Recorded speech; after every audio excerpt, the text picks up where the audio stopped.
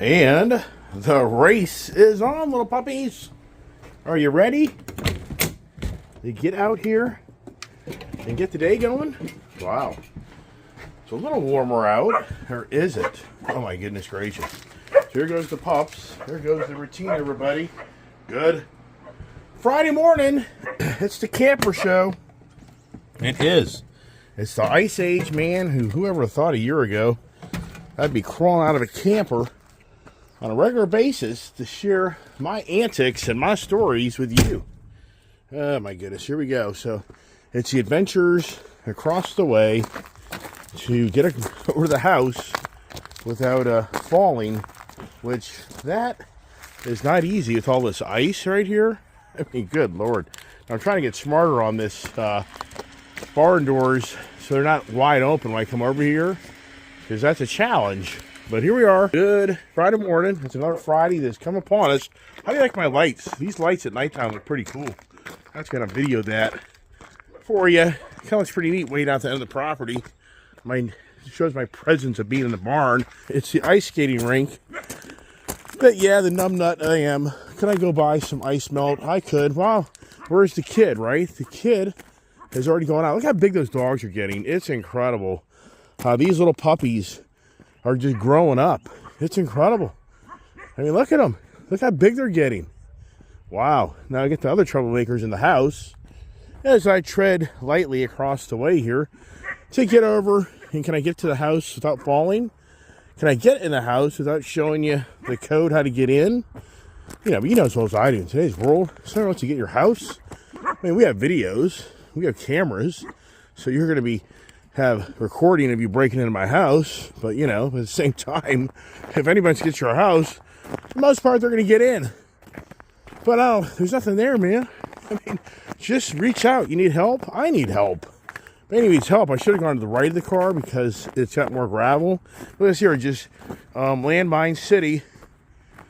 All right, pups. So what are they doing? They're on a mission.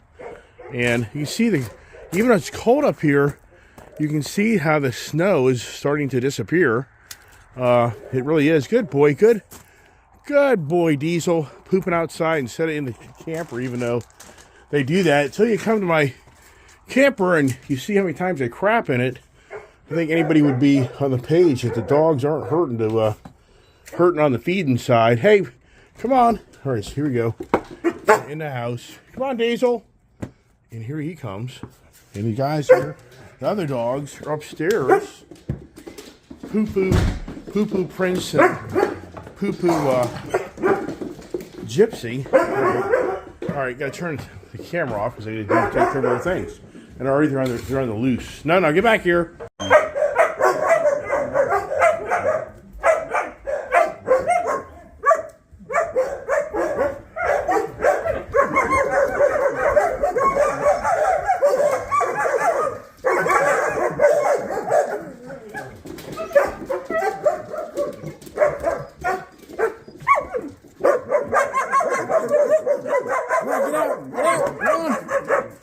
The kid's home, I guess. Hey, kid. Woo! Good. Friday morning, all the noise. What are you eating rocks there, buds? Oh, my goodness gracious. Kid's back home. We gotta go. Come on, Pops. Should probably distract the dogs from getting over the barn. Come on, puppies. Come on. Hey, Prince. Gypsy, don't do that. God dang it. I tell you, timing is everything, isn't it? Oh my gosh, it just doesn't end, man. This is a full-time job. These guys will wear your asses out. Come on, puppies! I don't even know where they all are. The kid rolling in. I'm not going to show her on the video. She'll have a fit because she's in her workout outfit. She doesn't look perfect, so if I would have videoed her, she'd be like, Dad, erase that, Dad. Come on, pups. Let's go. Keep the ball moving. It's Friday morning. Come on. Get going. Tell you what, when you live out in the cold weather, it just sucks. I told people years ago, you could offer me a lucrative, high-paying job to live any further north than I live, and I'd be like, I don't want it. Come on, Pops. Hungry? Come on, let's go. Come on, Ginger Scout. Because it's such a pain in the ass. What's the pain in the ass? The pain in the ass is just getting dressed in the morning. Jesus Christ, man. I mean, when I go to Florida, I jump out of bed. It's basically your underwear, shorts, your flip-flops, and, your T-shirt, and you're good to go. Come on, let's go. Come on, let's go. Is everybody in? Come on, let's go. Come on, Jip. But up here in the north, you're 3-4 layers deep. I mean, I've got my long johns on and my jeans on, heavy socks, heavy boots. Then I'm 2-3 layers up top. I've got my buff. I've got hat. I mean, it's just like, Jesus Christ, man. And you feel like you're being smothered. Your flexibility is just taken away from you. So here, dogs up so we can get the Friday morning conversations going in the crap house. Not the bike house. It's the crap house. So come on, get up there. Come on, where's everybody? I don't know, I see. Where's Ginger? Ginger! Ginger! Did I not get Ginger in? Ginger! It doesn't matter. Ginger! Come on, Ginger. There she is. Come on, dog. Come on, get in. Get up there. Oh, my gosh. All right, now it's time to feed these guys. I mean, it's interesting how people make comments on my channel. These dogs aren't getting fed enough. I don't get it. I mean, I know. I think that I look at Gypsy and Prince, that they do definitely have a leaner look to them, but these guys are big. I mean, I just think I don't know, man. I'm still haven't got the genealogy report back for these other guys, these knuckleheads, and I just think that the reality is, I don't know, man. Are these really full-bred German Shepherds? They just have a different personality, different look. Come on, it's over here. And I leave the food down, and these guys get an opportunity to eat quite a bit. So, got me. Actually, they go for another vet. Well, I don't know who goes to vet visit next. There you go. See, this guy's here out of control. They're all out of control. So, yeah. Who is in control? Come on. I can't get this damn bowls busted loose. They're so tight. Joke. Yeah, man. Anybody out there watching my channel, if you have any friends that say, hey, my friends are going to buy a bunch of dogs, you say, just go to this guy's channel. And if I had to have a job ready to be at work every day at 8 o'clock in the morning, there's no way. There's so many things in my life. Sometimes I think it's a curse to myself. Being self-employed, I've had so much more flexibility in my life to do things that in some ways have gotten me in a lot of trouble because it gives me the chance to go out and buy too much crap. If you're stuck at a job all day, this is what's so funny. Prince and Gypsy, are they hungry? I mean, they are, but at the same time, got me. So, I've always thought of this throughout my career of being an outside salesperson. And I've always been very cognizant that it just gives me the opportunity to go look at things while I'm out and about my travels.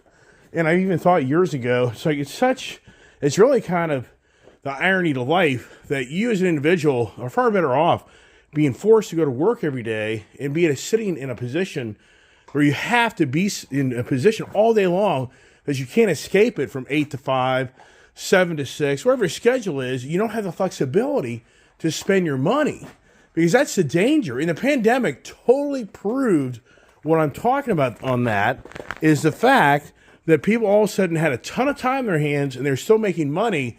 And then what happened? The craziness started where everybody and their brothers went out and started buying toys like never ever seen. And I'm still to this day blown away that the total just collapse of the car market, the motorcycle market, the boat market, it didn't just ever really happen because people have so much stuff. And people went out and bought so much stuff when they had too much time in their hands. The devil, what's it, idle hands, your devil's workshop, whatever the saying is, as you were growing up from your mother parents, your grandparents would tell you that. And it's so true because you look at me, it's just having way too much of flexibility. It then lets me go do things that I really shouldn't do versus if I was having to be in a paid position of a company that I wouldn't have the time to go out and spend the money. And I can see that Like when I see some of these big GMs at these car dealerships, or even some car salespeople, the same thing.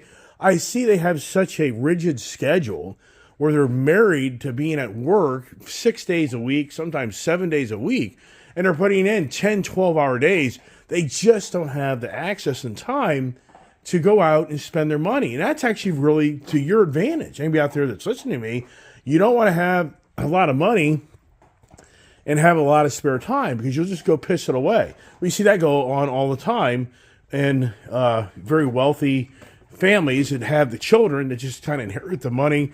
Here's my voice just all breaking down. Sorry about that, everybody.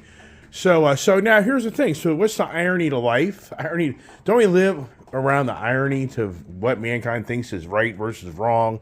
And it's just interesting to me how you step back. And you could use the California fires. Last night we did stay out here in the barn, but it's freezing ass. So what you do is this turbo heater, it's a nice tool to keep you warm, but you're burning through money. And then we got this nice little propane heater, and it's a nice tool, but you're burning through money. So what happens is, hanging out here in the barn, it gets expensive just to hang out in the barn because we're burning through so much fuel because we don't like being inside the house. We just despise sitting in the house. So we enjoy being more outside. Plus, these dogs can crap and piss out here, and I'm not too worried about it versus in the house. It really turns into the shithole, which the wife starts getting very aggravated, and it turns into the Clorox mop the house, which we'll have to do yet again. Eventually, these dogs get older, I'm just going to rip out all those floors down lower level and redo all that crap down the road. But I'm not doing it now. Well, they're just going to destroy whatever I put in new. But that'll be down the road once they get more in tune with where they go to the bathroom, which is more about being outside versus inside. So the irony, look at California. I think it's pretty incredible how the California wildfires, which have now been going on, at least 10 days? Could we say at least 10 days now, I think? Or, I don't know, something like that. It's pretty crazy. But what's going on is California has 431,000 registered Tesla vehicles. That's a fact. So California has the biggest concentration of the electric vehicle infrastructure. Well, what goes along with that, in the Palisades and the Malibu area, Los Angeles area down there, the Hollywood area, is all these homes being burnt to the ground. All these electric vehicles are being burnt up with them, and now it's a toxic wasteland. Did you ever remember the song from The Who, Teenage Wasteland? Well, now we could call California the toxic wasteland. And what are you doing? What's going on, dude? And so, so it's interesting how he just crapped before we got in the house. So now he's getting ready to crap again, it looks like. No, don't do it here. Go somewhere else. And I don't feel like chasing your guys' asses around the neighborhood, so I ain't doing that. So you can now call California, the Southern California, the toxic wasteland. Years ago, you could have called it the drug wasteland. But it's a whole article talking about how you as a homeowner, you're really in a challenging time because you truly have on your doorstep of your property very dangerous material.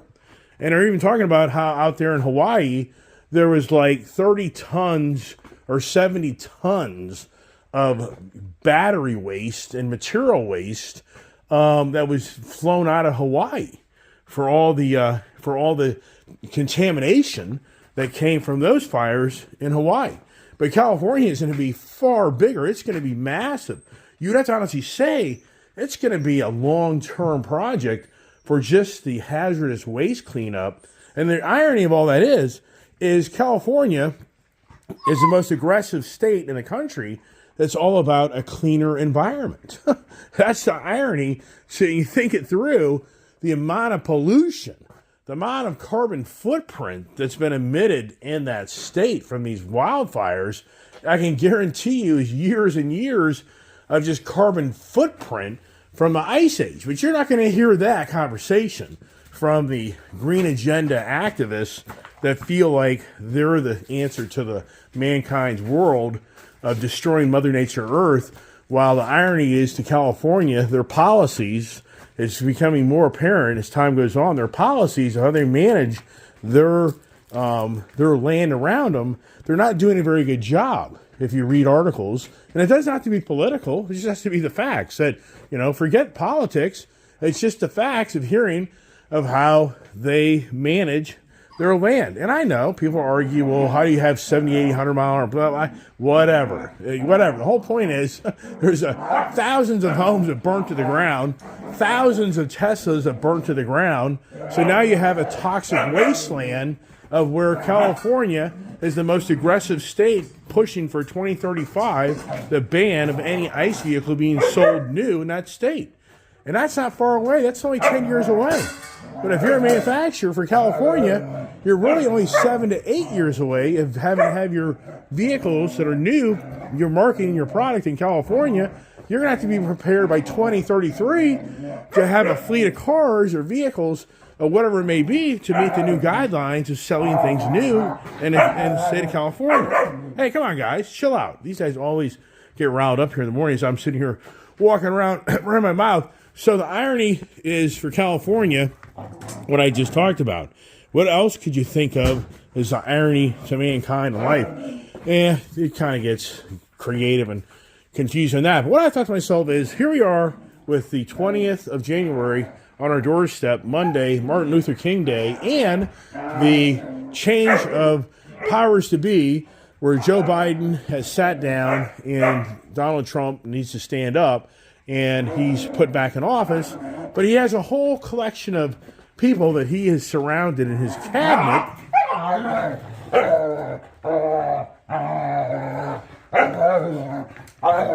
After you eat, do you get mad too? But here we go. Look at all the food. Look at all the food. And are they focused on eating? I mean, look, it's just incredible, isn't it? It's just incredible. Are they hungry? I mean, are they hungry? Yeah, so here we are in the ongoing, I'm back to the morning conversations, trying to manage my time of bringing content to you that intrigues you to watch my channel, and it's never simple. So, but I got to thinking to myself, here we are with the new cabinet, the new pick of Donald Trump, and I thought to myself, who is Donald Trump going to pick? Who is he gonna? So these guys here, I'm just gonna change it up. What I'm gonna do? I think I'm gonna do here. I think I'm gonna go upstairs and get the hell out of this space, because these guys here about drive me nuts. But the thing is, I think I'll leave the door closed, because they're gonna want to come upstairs for these guys. I'll just leave them down there and do their thing, and I'll get up here and get out of the damn noise. Yeah, these guys wear you out, man. Some days I wonder, why am I feeling more tired than it seems like I should be feeling? Here's the big office, which is the total disaster zone, even though I got my new Honda sign up there. How about that, huh? How about that flavor of the look? Let me get my old remember the good old days? Oh, I gotta get the heat on. Interesting enough here is the heat didn't turn on automatically, so it just shows that it's a little bit warmer. On a collection of all the paraphernalia and my Honda sign. I'm all Honda. You all can kind of notice that, right? So let's get this here. We're trying to keep things like you've seen everything personal I own my life, which that happens. Oh my gosh, my arm's killing me. Getting me an old man. All right, so look here. Here is Donald Trump's pick of his cabinet members who are going through the congressional or Senate hearings, Senate Oversight Committee. So here we go. So we got Marco Rubio, we've got Pam Bondi, we got Pete Hegseth, we've got Kristi Noem, Lori Chavez de Rimmer, whatever he's, John Ratcliffe, Tulsi Gabbard, Mr. Dr. Oz. And it's just interesting to see who Donald Trump is putting around him. There he knows Robert Kennedy and Doug Burgum, Interior Secretary. So here's the people that now are going to be the forefront of Donald Trump's cabinet as they all come through the hearings and are cleared. But I thought yesterday, this Scott Bessent, it was interesting to see his presentation downtown, Treasury Secretary. The guy's a billionaire. The guy is very proactive. And he really does believe that Donald Trump is going to bring even more wealth and more good to this country than the opposite, that the country's going to continue to just to run full steam ahead. But here you go. But I get a kick out of how people come full circle. There's Marco Rubio, Secretary of State. And remember how Mr. Trump used to call him Little Marco? I don't remember that. Then here's Pam Bondi, which was his key legal team for his previous fiasco of being attacked all the time. So here's the Attorney General, Pam Bondi, because she, what does she bring to the table? And then here's Pete, the former Fox News host. Does he make it through? So I think that Marco will probably get it. I think Pam will get it. Pete, I don't know. He's going through, that's challenging, so it'll be interesting. And John Ratcliffe, he was with Trump, the prior administration. Tulsi Gabbard, she kind of runs her mouth, but I guess we shall see. Dr. Oz, remember how he went up against Fetterman in Pennsylvania and didn't win that Senate seat? So Dr. Oz, let's see here. And Mr. Kennedy, Health and Human Service Secretary. So it's going to be interesting to see with Donald Trump is what he pulls off on the people that he decides to bring in to be part of the cabinet and what they can accomplish. But I think to myself, wow, if you think how this stock market has doubled since they went to the low point, can the stock market really go to 50 plus K? I mean, it's just hard. The S&P 500, I mean, you just think of the NASDAQ. I just think, wow, it's incredible that will Trump be able to pull off incredible ongoing wealth that's being made through the stock market. And once again, I've talked about this many times. For anybody out there that had money, people have money, continue to make more money because they have money that's free to float around to go put it somewhere else to make them money. Most people don't have that luxury. Most people are stuck paycheck to paycheck. That's the challenge. So, did Donald Trump really pull off in his next 4 years of bringing even more wealth? I think, it's incredible because the cars are too expensive. I mean, energy is too expensive. Food is too expensive. Everything's getting so expensive. So how are these companies, how is this country going to even, how are people even becoming more wealthy by things getting cheaper?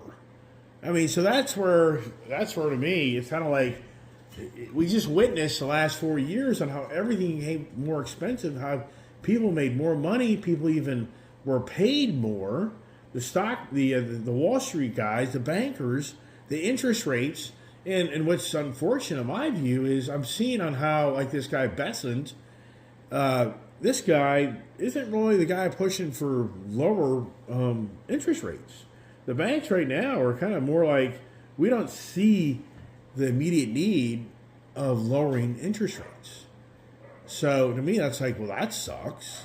Now, as far as Trump wanting to drill, baby, drill, but we've been drill, baby, drill. So I can't really see per se in how we're going to open up even more oil exporting when we're already kind of the biggest oil exporter in the world. But what's that doing for us on the price of fuel?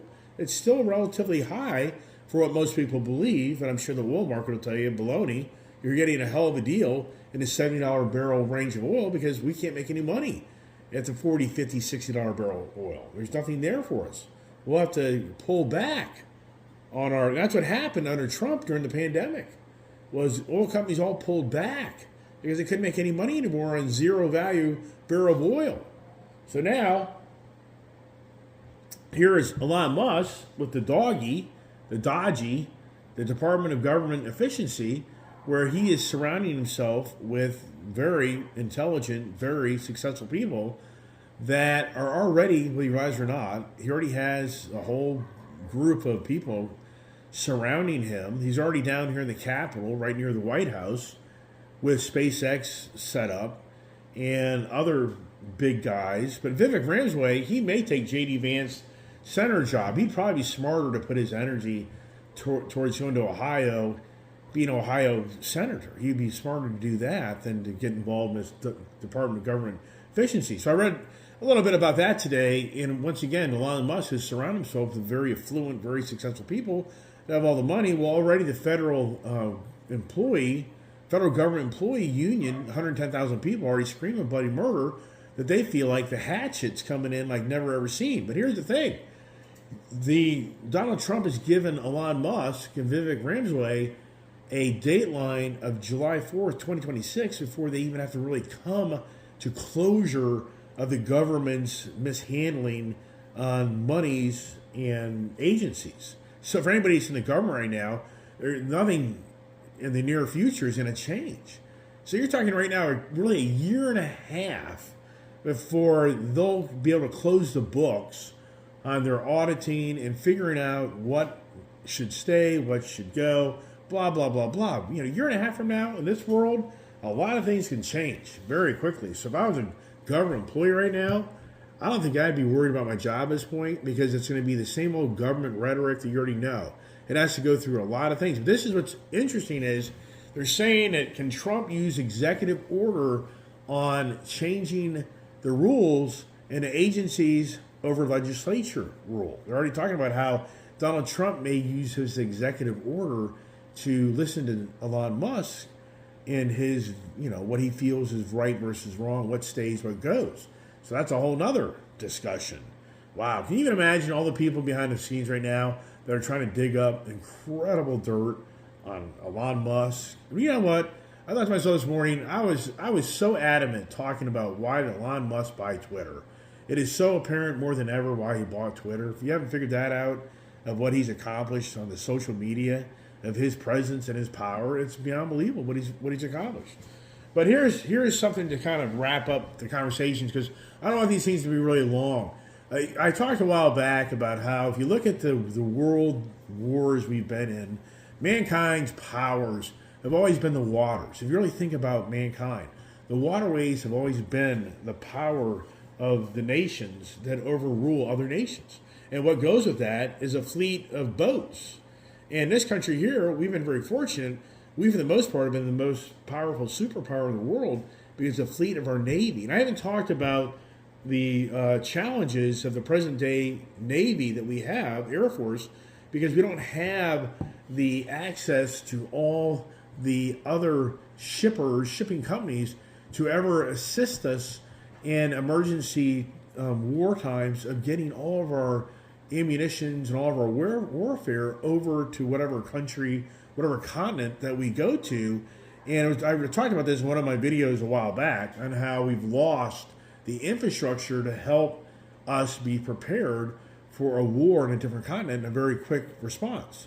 And the reason I'm bringing this up is I saw this article this morning that the Chinese have now surpassed our Navy as far as how many ships they have. So the Chinese are on a rapid pace. Now this is the claim. The Chinese are able to build 236 times faster, bigger than we can. The Chinese are actively in their country. They have the infrastructure of building ships and getting their military in order of coming up against whoever wants to challenge them in the future.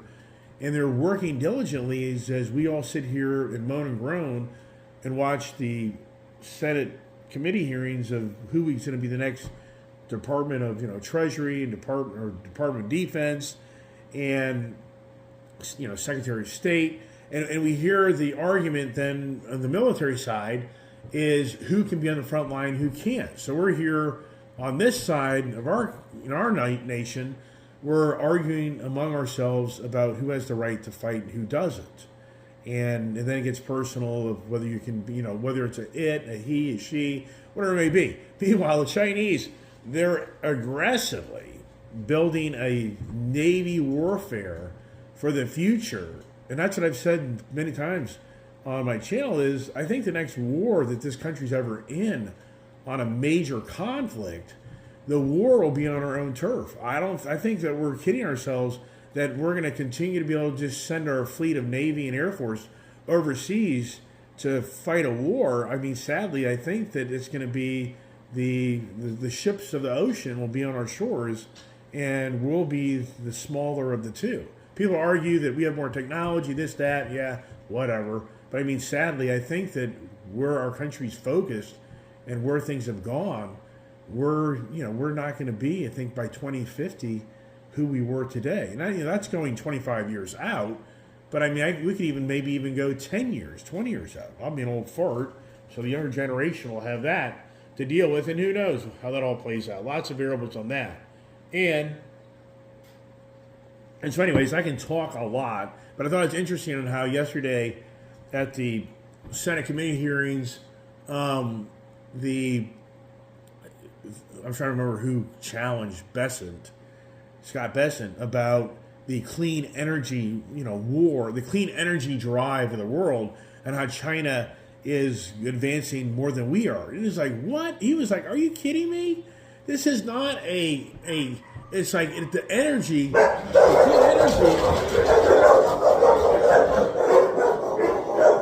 the clean energy. He's like, it's not a clean energy war. It's an energy war. Now, he claims that 100 coal plants will be built this year in China. I don't believe that number. I think he's wrong. But he was just really talking about how China, they're not on a clean energy war. They're on an energy war. Rising to be the bigger consumers of, oil and coal, blah, blah, blah. All right, that's it. I'll talk too long. The video is way too long, so I got to get the hell off. I can talk a lot. So I hope everybody enjoys the video. Hope everybody has a blessed weekend. Football weekend for us. The Washington Commanders are playing Detroit Lions. I can't see them beating them, but that'd be pretty cool if they pulled off a lot of things I didn't think they would be able to do. We got snow and rain coming tomorrow. But then Monday for the inauguration, it's going to be like 20 degrees out. Next Tuesday and Wednesday, it's in the teens. We're in single-digit numbers like next Monday, Tuesday, Wednesdays. That camper, woo, man, I'm getting really worried. Single-digit numbers at nighttime. I hope none of my pipes break in that camper. Wow. I mean, we're talking brutally cold weather next week, and with Donald Trump coming to office. So, interesting times. Is that anything of a telltale of the future of the country with Donald Trump coming into office, that the cold times are ahead of us? I don't know, man. These other parties are not the nicest of the breed, right? The breed? What? All right. God bless. Have a great day.